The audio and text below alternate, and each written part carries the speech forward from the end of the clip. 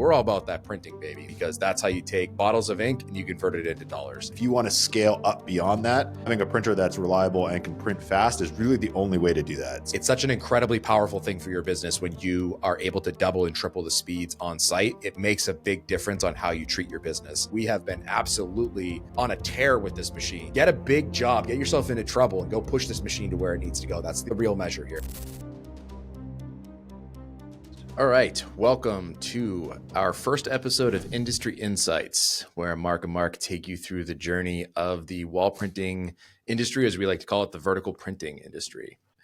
Mark, it's been a minute since we produced some content. We got ourselves into a little bit of a pickle there designing the VP-G6, which is really the purpose of this episode, is to kind of let people know what we've been up to really since September. I don't feel like I haven't stopped for the last 8 years, but yeah. It's been the last 8 months have definitely been busy, and the last 3 have been spectacular. So yeah, really excited, and this is probably the easiest way to kind of bring people up to speed with what we're doing and what we're up to, and yeah, where the industry's at, because the industry has changed substantially over the last 6 months. And so, yeah, I think it's worth kind of taking people through it. Well, let's jump right into it. So, if you follow our content, we were the WallPen guys for a very long time, for about 7 or 8 years there. And at the start of this year, we parted ways with them. We sort of had a vision in our mind of what we wanted the technology to do. And we felt, honestly, it was time to kind of branch out and start developing our own technology, which has brought us to some very interesting places, put a lot of sort of broader inkjet technology into perspective, which has been super helpful, and culminated into the development of what we consider to be by far the best machine on the market. And that's not just like a father describing his child, like truly by most measures, what we learned about inkjet has allowed us to create something that just really hasn't been seen in the industry. Really, what's important is it's not a printer for the sake of printers' sakes. It is a printer for business. It's a printer for making money. It's a revenue generating machine. And that's really, at the end of the day, why we're all here and why this industry is so interesting, is that there's a lot of opportunity here to be making some money. And you kind of need the tools to help you do that. Definitely. And I think that that's probably the biggest differentiator between us and really anybody else out here is we have developed the technology, we have sold and distributed the technology, and we also use the technology in our own business. It's really like about as vertically integrated into this as you can get. And what we noticed, really, to just kind of bring everybody up to speed on where we started, Jan 1, 2025, really, was the official date when we kind of reignited the brand vertical printers. And we started really looking at it through a unique lens, at least I think as far as the industry is right now, which is, you sort of intimated it. It's really about whether or not you can print. Like the way that I keep telling people is like, I don't care if it's a cardboard box. If it prints really, really well, like that's all we're really looking to do. And if a competitor or somebody else has a machine that does something we need, like we're all about that printing, baby. Like that's what we want, because that's how you take bottles of ink and you convert it into dollars. And the margins are insane. Industry's brand new. It's still a very blue ocean out there. There's virtually nobody doing this. And not to sort of, we're not pointing fingers or anything, but like really truly the technology has needed a step in the reliability and speed direction in order to truly flesh out what it can do. And I'm going to just sort of preface this whole thing about we're really enterprise level wall printers. We don't really try to mess around with the ice cream shops and the coffee shops. Like we're looking for big 5-6 figure contracts where we can take a piece of technology, enter a market, and really start to creep up on the market share against vinyl wall covering. That's, if you take anything away from this, it is that we believe wall printing is going to surpass vinyl wall covering in the next 10 years. Like I think that there are so many advantages to what we're doing and why we're doing it. And that's why we kind of launched this channel, is we really wanted to get people up to speed with where we saw the industry going and what was necessary, culminating into the VP-G6.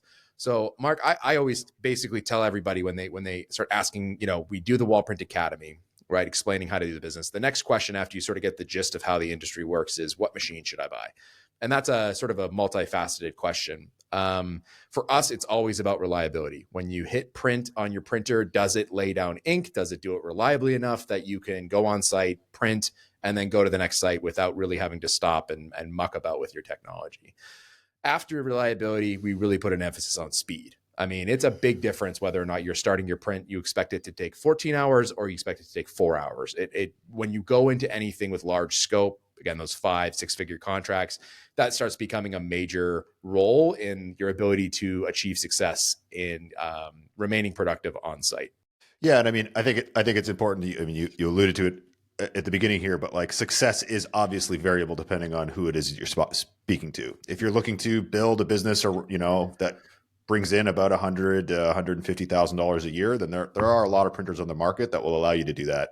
It will take time, but if you want to scale up beyond that, having a printer that's reliable and can print fast is really the only way to do that. So that's why we've been so focused on this. Is given the opportunities we've had in our print service business, we've seen and experienced what's available to us and what kind of demand are out there.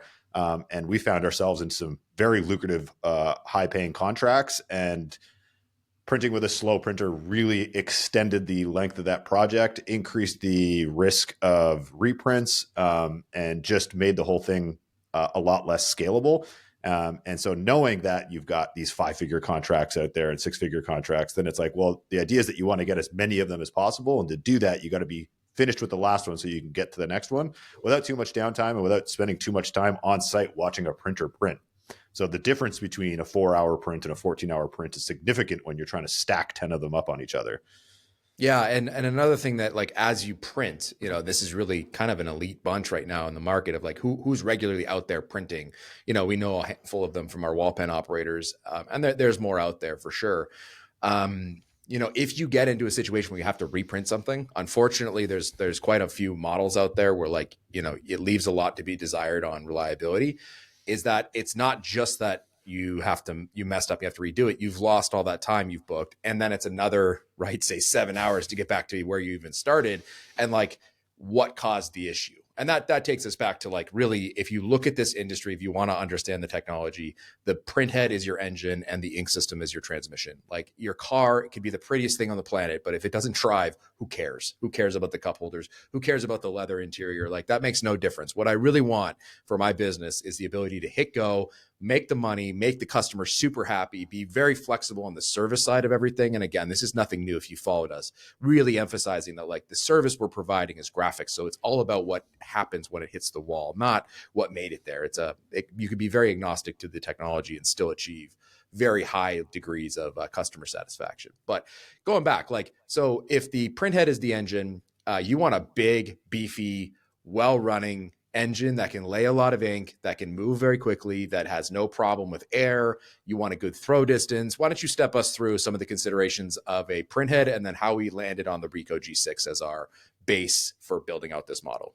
Yeah, I mean, from a technical spec perspective, kind of the important ones are frequency, which means the amount of ink that can be jetted out of the nozzles at any given time, and throw distance. So you want a printhead that, and then printhead width, I guess, is going to be the third one. So obviously, the wider your printhead, the more ink it can lay down in a single pass. The frequency means that it's able to print more ink drops the faster the head moves. And then the throw distance is the distance in which the ink can hit the wall accurately without causing degradation in your image quality. And so that's really kind of what we optimized for. And what we found in countless hours of research and many conversations with experts in the field, having become experts ourselves now, is that those three things on a commercial scale aren't really achievable unless you've got some sort of pressurized ink system. And there is no other pressurized ink system on the market other than the VP-G6. So what does that mean, pressurized? Like, how would that be different than, say, the WallPen or the DX Jet? Yeah, I mean, almost every other machine on the market is using a gravity-fed ink system. So basically, it's relying on gravity from the bulk tanks to drive the ink to the heads, and then the heads are shooting the ink out. And the downfall of that is you can have your heads outpace your feed. And so your printer is going to be trying to print ink, but there isn't enough flow to the heads to kind of reload the chamber, if you will, right, to get ink out the way. And to counter that, you're like, well, then just add more ink to the back of the heads. Well, in a gravity system, too much gravitational force on the ink is going to cause ink to spew out of the front of your print heads. So it's this really fine balance of, like, not too much ink, but just enough so that you can continue to print at a happy pace. And what generally ends up happening in those systems is you just slow your print speeds all the way down to ensure that you don't run out of ink. Because what running out of ink means is that you end up with colors loss and colors dropping mid print, which completely throws your final print off, and you end up with a reprint, scenario. So that's kind of how the gravity systems work. And with a pressurized system, what it has is a vacuum pump system that holds and maintains a very specific vacuum pressure right at the face of the nozzles. So it always ensures that there's enough ink at the nozzle for when the nozzle needs to fire ink at the wall to print. And so that vacuum system is no longer relying on gravity and is actually a mechanical system, ensuring that the level of ink and the pressure at the nozzles is consistent. If you're printing a lot of ink quickly, well, then your pressure drops. The system can compensate for that. You're not kind of relying on gravity to do the supply of your ink to your printhead. So it's a much more advanced system. It is the way every industrial flatbed printer works. There is no flatbed printer in any commercial shop that's using a gravity feed system. Right. Why would you? Yeah. Why would because you? I mean, they're high throughput and they're looking for reliability. And so why not adopt that for what we're trying to do? Right. And that is really what, started driving this need for technological development, was that, like, as you begin to scale your business, you need your printer to have a higher throughput. You've got to be able to print faster and more reliably. And no matter what we did or what we explored, gravity fed systems just couldn't get it done. Yeah, totally. I mean, we're speed fools, honestly. You start opening up Pandora's box of like what's possible now. Like I'm absolutely obsessed with making these printers as fast as possible. Not to sacrifice reliability, mind you, but it's such an incredibly powerful thing for your business when you are able to double and triple the speeds on site. It makes a big difference on how you treat your business. So for us, and certainly myself, but certainly our business, but you're going to hear phrases like T to P. Time to print. So from the time I pull up in my parking spot till I'm putting ink on the wall, it's not really like a mechanical assembly discussion. I mean, whether it's 5 minutes or 15 minutes to set up your mechanical assembly is never going to make a difference, right? As long as it goes together and it stays together, like there's not like a whole lot of magic there. We've never really seen a major consideration for quality control in anything mechanical. What really became the big issue is the ink system. Honestly, when you look at the gravity fed systems, is like, have you purged enough? Purging process is a major like gut check time on whether or not you can reasonably expect quality results, right? So when we purge, what you're doing is you're checking your nozzles. You print something, you have all the nozzles fire, and you look for any nozzles not firing. And that's an indication of either a clog or air, right? Air being one of the most common in the gravity fed systems. Is how do you get that air out so that it's just the capillary effect from the bag or whatever it is to the front of the nozzle. And air is definitely going to kill you. Air is the enemy. Yeah. And it pops up randomly. Like, it's not like it's something that like, how do you be sure when I hit go? It's like, yeah, air can kind of hide in your tubes. Like air is not necessarily, there are steps you can take. Obviously our top end WallPen and gravity fed operators will know their like special bag of tricks to make it work. But for anybody getting started and doing anything at scale, really, because the more likely, the more you print, the more likely you're going to expose an issue. Air is definitely one of those things that creeps up and can kill a print and make it so that you have to redo it. So that's a major consideration there. So time to print is not just about getting it set up and ready, quote unquote. It's also like when you do your check, how reliable is that check against what may happen on site, right?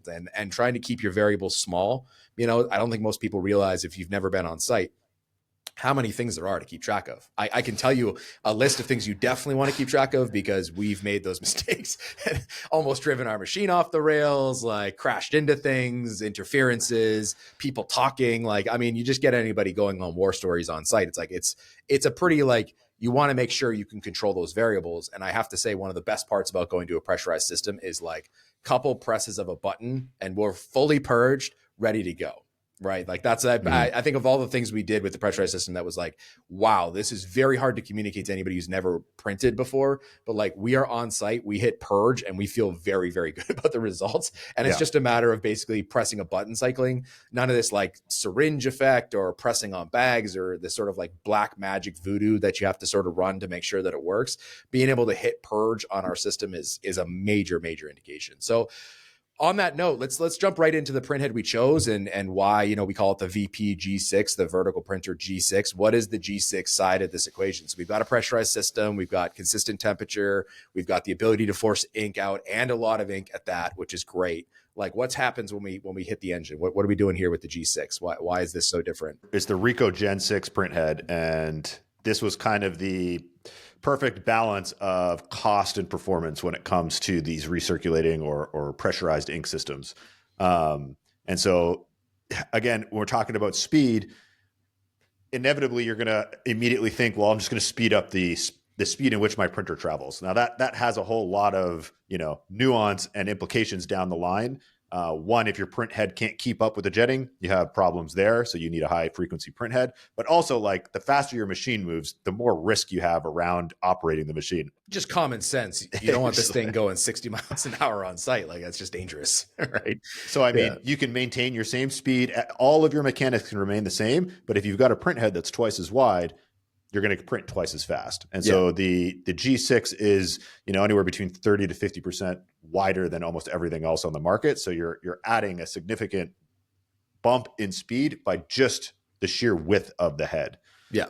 The other thing that was really notable about the system is that it is a two-head system. So you've got a CMYK head and a white head, and those heads are offset.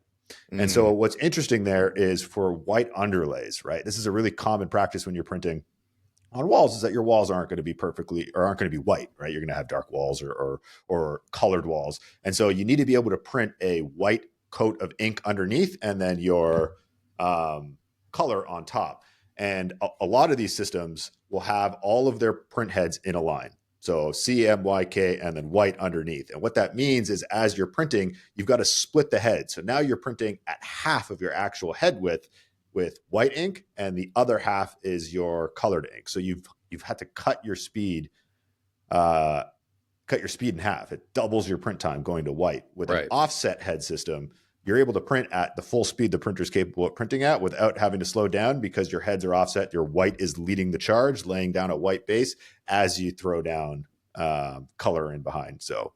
And with the G6, I mean, having an entire head dedicated to white means we can basically spray paint. Like, we are painting walls white with this thing. I mean, we've actually, interestingly to note, we've actually backed off how much white we use. We're down to like 40% or something, just because we don't need that much ink. You know, it's great to know that you have it. We're certainly not going to be underpowered.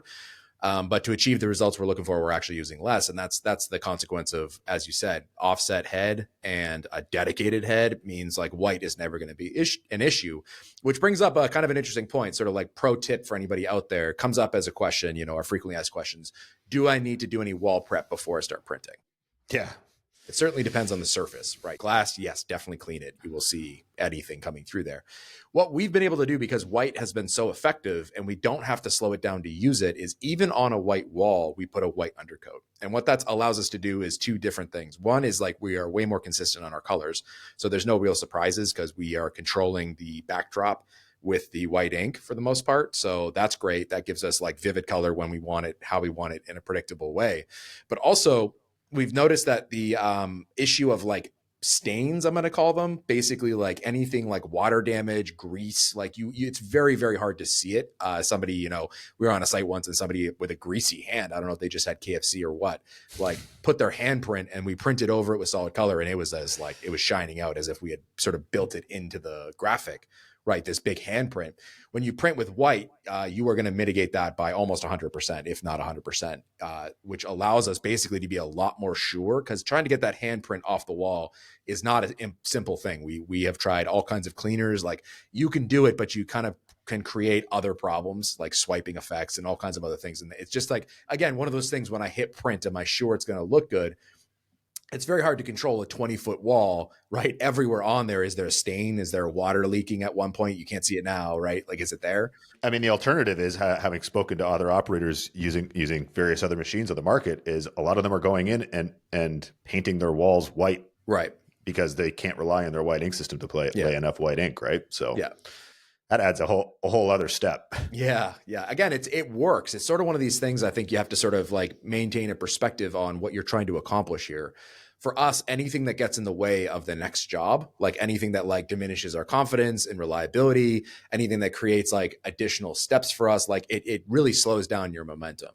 Having to paint the wall white before you go and do it is like, it works. We've done it, obviously. Like it's a good tip if you're having any issues, is just like kind of fake the system. Painting's not that hard, right? But with our system, you basically don't have to do that. You could be like lock, stock, and sure when you hit go, put a little bit of white ink mixed in with it. And again, we haven't had an issue.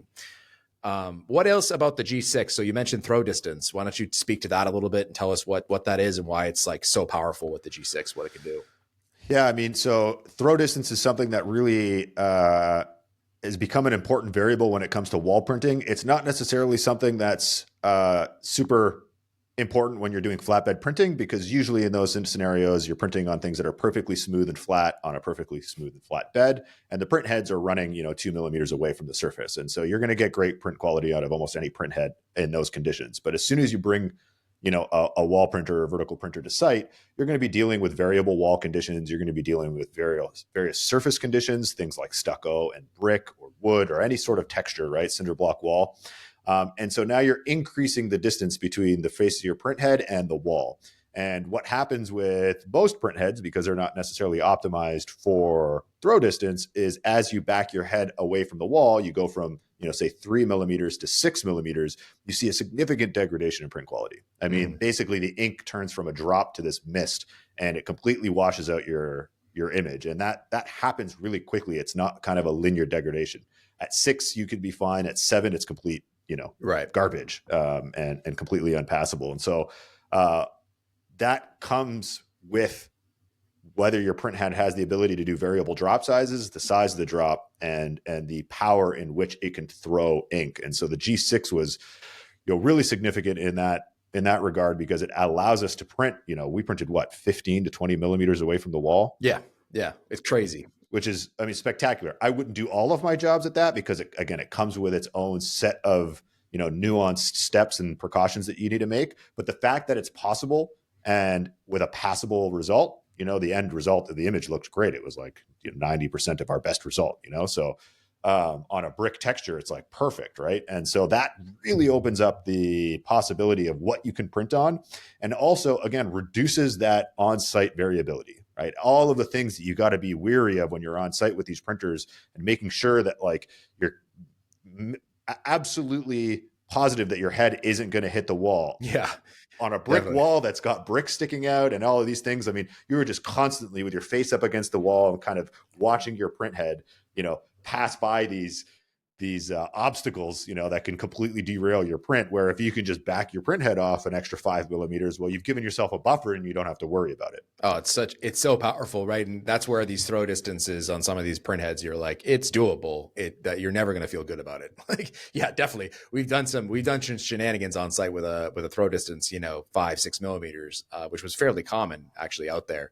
There's a lot of situations where that's less than ideal, and that's not what you want to deal with, is like any sort of like sensor issue. And there's again, we'll probably dedicate a whole nother episode to throw distance, resolution, color theory. We'll do a whole like deep dive into what some of those things mean, of like when you're touting resolution, like what are you really saying? Because there's a lot of misinformation out there of like what that actually implies and what it means of quality versus ink drop and all the stuff that we do. We'll do a separate segment that kind of goes through all of our take on what's acceptable and what we're aiming for and why. But the VP-G6, yeah, so it's for sale, right? Like we kept it under $50,000, $48,000. It's for sale right now. We went with a limited batch run on the first production run, but man, we have been absolutely on a tear with this machine in Q4. I mean, walk us through, man. I mean, like we spent a lot of time over the summer working with our partners on developing the machine and getting it to where we wanted it to be. And then we've got our first prototype, it landed in September 14th. Yep. So walk us through that, man. We got the first of this printer of its kind, in our shop. We've experienced this experience before with several other printers and versions of other printers. It's the first time you've got it. Hopes and dreams are high. What kind of happened and had, what's the last 2 months look like? Yeah. So just so everybody knows, we partnered with Free Encore. It's a company that if you've looked at, they're up and coming. They are beasts in the market. Really, when right from the day one, when we started working with them, absolutely loved them. They're very responsive, very interested, very invested in what we were doing. And so we basically stipulated, here's what we want to see out of this technology. Like, do you think you can do it? And they have more than met the occasion. And when we were originally talking, it was sort of like, great, like, let's get the prototype, ship it to us, we'll take a look. As you said, we have plenty of experience with machines, and like, yeah, like the shine comes off the old turd there pretty quick if it doesn't perform what it needs to. And so I would say our expectations were very like modest when it first got it, of like, you know, if it can accomplish some pretty basic metrics, at least we can go and print with it. You know, for us, it's always about, is it like how fast until you're turning revenue out with this thing?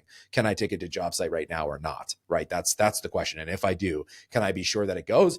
Which is the true test. I mean, like, Yeah, absolutely. You know, for anybody who's out there and speaking to manufacturers and stuff, it's like, I don't really care what you can do in your shop and right next to your tech team and with a whole shelf of spare parts. It's like, where are you printing on site? I want to see those examples of those case studies, and talk to the actual operators. Like, talk to are you happy with your purchase? Did this go well? Do you feel good about printing with this thing? What was the last time this thing failed and what happened? That would be a great question to ask any operators. Like, when was the last time you did this? How long does it actually take you to set up? How long did how fast are you actually printing? The T2P and what are you really running for your settings? Not what like is the theoretical. When you actually are on a job site, like, do you run 4-pass or do you run 8-pass? What are you actually running when you're on there doing it? How long does it really take?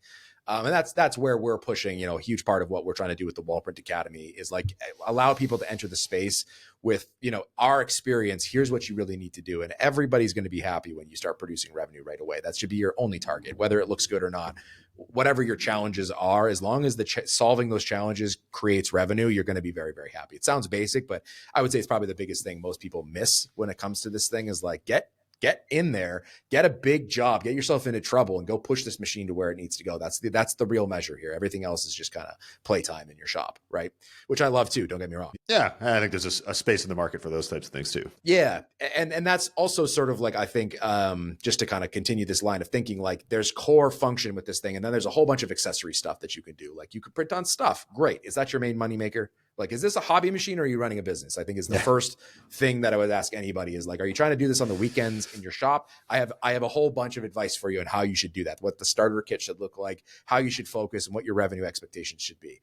Anybody who's going in and saying like, I want to do $10,000 a month and more, like you need to be considering your technology and how that interfaces with it. A lot of these machines are going to struggle if you try to do that. So we got our machine. Like, I mean, I like to say that I practice what I preach. The first thing we said was like, at what point can we take this on a job site and what are we going to do? And we were printing, I believe in October, right? I think we gave ourselves like 2 weeks to get this thing kind of going. It pretty well turned on. And within 24 hours, we had like absolutely beautiful results that we could take to market. It was remarkable. It was really, really well done. FreeEncor really knows their stuff. They sent us a very, very functioning machine that didn't require a lot of setup. I mean, one thing that's fantastic about this that we didn't even really expect, never really crossed my mind, is calibration. On the WallPen, you've got 5 independent heads, which means you have to like go through an exercise to make sure they're all firing where you want them to be. There's a little bit of compensation. With the G6, it's all on one head, so there's no calibration file. So everything you print is dialed in. It's like it's remarkable. It's really quite fun to be able to turn it on and be like, wow, that worked great. Like there wasn't this whole extra step. Like fantastic. And we turned around, basically started printing right away. So we hit our Rolodex. We let everybody know like we're ready to print. We're never going to go and use any other tech that we had in our shop. It was only ever going to be this machine. And right away, basically it was like, how do we transport this thing? How do we get it to site? When we do those things and we hit go, does it work? And it worked phenomenally well, to the point where like we were producing, what have we produced since September 14th? And we did the math. And again, we can go through it job by job, but it was close to $100,000 in like 6 to 8 weeks. I think it was within 2 weeks, we were in Florida printing, I think it was a 6 meter long mural outside. Yeah. You know, on crazy. Stucco. So, yeah. I mean, anybody who's ever printed anything before knows that like requires just an insane amount of prep and understanding of your machine and nuance and this, that, and the other thing. And within 2 weeks of this machine being unboxed from China, we had driven it 8 hours in our car, right? You know, set up on site and then hit print outside, and just unbelievable results. So well that we've gone back to that customer 3 times. Yep. For more printing. Yeah. And never missed a beat. We've had like tiny little quirks, and obviously lessons were learned on certain things, but like as you'd expect, but nothing that ever was catastrophic. Nothing that ever really stopped us really from losing momentum for any of our jobs. And we've done about what did you say? Probably up close to 10 at this point, around there. Different sites, different states, even like you said, most of the stuff we've done has been multiple hours of travel. Yeah, which is not insignificant in and of itself, right? Mobilization is its own part of this business. So yeah, and what's interesting is, again, it's like, okay, so you're on site for, what was it, 2.5 days, and we made $10,000. Yeah, yeah, exactly. 2 to 3 days. So really started to push that like per day. If you watch our stuff, we're always like shoot for 1,000 profit, right? We're well past that point with this machine. It just prints so much faster and so much more reliably that we've been able to be more and more aggressive on the jobs that we bid and how we plan on executing and the timelines that we think we can do. I mean, we're hitting some very, very significant numbers per day, right? Yeah, and what's interesting is this is new for us, having the ability to print this way. Yeah, absolutely. It's something that we've been in the pursuit of, but it's nothing that we've actually been able to have our hands on and implement. So this is, we've had to try to shift our own paradigm and shift our own understanding of the industry. Now that you can print this fast, what does it mean? And one of the things that's interesting that we're finding is like, well, when you give the customer the opportunity to print more, generally they want to print more. Yeah, totally. Well, we can do 5 of these prints in a day. He's like, let's do it. I've got 5 spots for you. Let's keep printing. I want you here to print as much as you possibly can. And, it's that type of experience and on-site interaction with the customers that really drove us towards building a printer for scale. A big challenge in the marketplace is, where are you going to find your next customer? I don't need something fast enough because there isn't many customers out there for me to print. I mean, absolutely unequivocally untrue. Yeah, totally disagree. Big thumbs down on that point of view. And I mean, it like any business, finding customers is a challenge, and that's something that we are dedicating a lot of time and energy on, cracking that code. And it's kind of how we structure the WallPrint Academy to help support people in the way that we present our business and the service offerings that we've got. But when you are no longer held back by the speed in which your printer prints, or even the reliability, this pang in the back of your neck that's just like, I really don't want to take on this big project because I'm worried that it's not going to go well and I'm going to make a fool of myself and I'm going to tarnish a relationship. Once you eliminate that and you're just confident in going out and executing, the world opens up. So, within 2 weeks, we were on site in Florida. It was a $10,000 job. And then kind of what happened, 2 weeks after that. Right. Major job opportunity presented itself, but it was on a very tight deadline. Probably one of the most complex jobs we've done. It was far away, required 2 levels of scaffolding in 4 segments. It was a 130-foot wall. It was a behemoth. It needed to be done in under 2 weeks. Yeah, like it was one of those ones that if it was any other machine, you're like, there's no way I'm not going to do that to myself. Like, it sounds like a great opportunity, but I'm not so sure that that's really what I want to do. And we knocked it out. We had it done in 6 days? I think it was actually 8 days when you include travel. And I think we had a break. We needed a day break for scaffolding. Scaffolding, that's right. And we turned that into a weekend. Like we went back on the Monday, I think. So in actual terms of printing days, it was 6 days. Right. It was, I think, close to well over $10,000 a day is what we were averaging on that. And just a remarkable job. The customer couldn't have been happier. It worked out famously. We'll do a whole separate segment on scaffolding, I think, because we learned a lot on that whole gamut, right, of how to make that happen. But yeah, really powerful job. It happened. It was not even like a particularly remarkable sales cycle. There was a need. They really couldn't use any other medium. We stepped in and basically solved their problem for them, which is like, we'll do it. If you guys, work within these parameters, and there's a whole nother segment probably on how to manage artwork, to manage clients' expectations, to make the printing easier. That was a huge component of this job. Yep. But the printer absolutely performed perfectly. We were in and out in about 6 days of printing. It now sets the benchmark for what's possible. And I think having done it once now, we could easily replicate that, probably even faster this time. Oh yeah. I mean, everything that you learn in a project like that kind of like really propels you forward on anything else that you end up doing, right? But consider that, Klauser. I mean, really, truly, to anybody listening, is like, this was not a remarkable thing at all. This was not our third cousin, that like brought us into the job. This was just a connection through a customer we had talked to before. It's just sort of word of mouth. That had been in the pipeline for 6 months plus. And it was mostly just conversation. We hadn't really done anything beyond explain what we do. And when they remembered, our contact remembered, they put us in touch with their sister company to make this all happen. It was not remarkable. It was not a remarkable city. It was not a remarkable customer. It was actually a warehouse. It was a distribution center, which is like, when you think about it from that lens of like how much business is out there, that's where like a lot of what you're going to hear, especially from me going forward, is like, stop with the ice cream shop, stop with the small mentality. Like, the big stuff's out there. It's basically the same sales exercise as the small stuff. And you can put this on record right now. I've said it to a bunch of our customers and then our new operators as well. I think one of the hardest things you can do is to try to do a job in a day. I think that's one of the, like, if you look at like really what's like very, very challenging about that, you leave yourself no room. Like, you have to show up, right? You have to set up, you have to print perfectly. Then you have to tear down and get off site all in one day with a budget that's this big.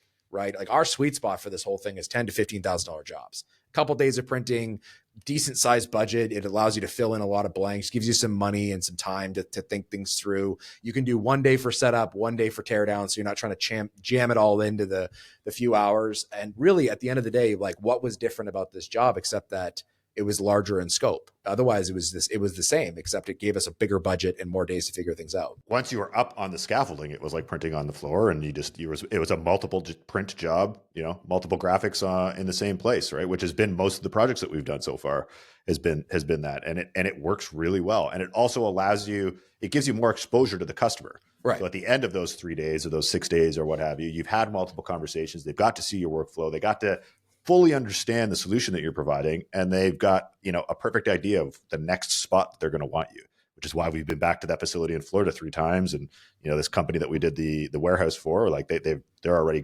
planning to have us back as well, right? And a lot of it, not to be like understated, is like making it look easy for the customer. Like, you know what I mean? Like, if you have problems or it takes a long time, you're in their space for a long time, there's like a lot of nervousness about how it's going to go and all those things. Like, you have to sort of sell the process too. And it should really be anchored in how you feel about what you're about to do, right? Be honest with yourself. Are you confident this is going to go well? Is it, and the VP-G6 has completely changed my perception of the sales cycle, because I'm absolutely, let's go do it. It was risky. We had no real reason to believe, except for, our own evaluations in our shop, which, as anybody knows, like that is a test, but it's not really the ultimate test. And it went about as smoothly as you could possibly expect anything to do, to the point where we have been traveling and printing consistently right up until probably about like December. I think we're pretty well booked out with jobs and opportunities. And it's been remarkable. It really has. It's disruptive. So if you're thinking about getting into this technology, I think like reach out and talk to us. I'd love to chat with you. I can point you in the right direction for sure on a starter model. If you do want to do just the garage hobby level, there's definitely machines that'll help with that. That lets you ease in. If you're ready to start a business though, if you're thinking about like clients like a public school system or government contracts or hotels, hospitals, anything with scale, and we can talk about what those look like and how they enter. Like, plan on spending around 50 grand for your technology and get the one that you just can basically get it right and get out there and earn the money back on that machine. That's going to be the benchmark of like, how long did it take you to pay off this machine, right? Like, where are you at in your revenue? And then start really networking hard on big opportunities to get into those 5 and 6 figure contracts. And you'll see this thing balloon. All of a sudden you'll be in the black and off to the races, right? Again, big, broad ocean. You'll have the biggest, fastest ship. It'll be great to do. So that's really where we're going to be specializing. Industry Insights, this new channel that we've started, is going to be all about sort of the business of this, and technology is an aspect of that. We really wanted a benchmark. Here's the core tool that you can go out. Other tools do other things, but like this one really is, you can build your whole business around this and really get started before we start getting into really massive scope and where that can take us. Yeah. So stay tuned. Links are in the description below, and we're excited to take you on this journey.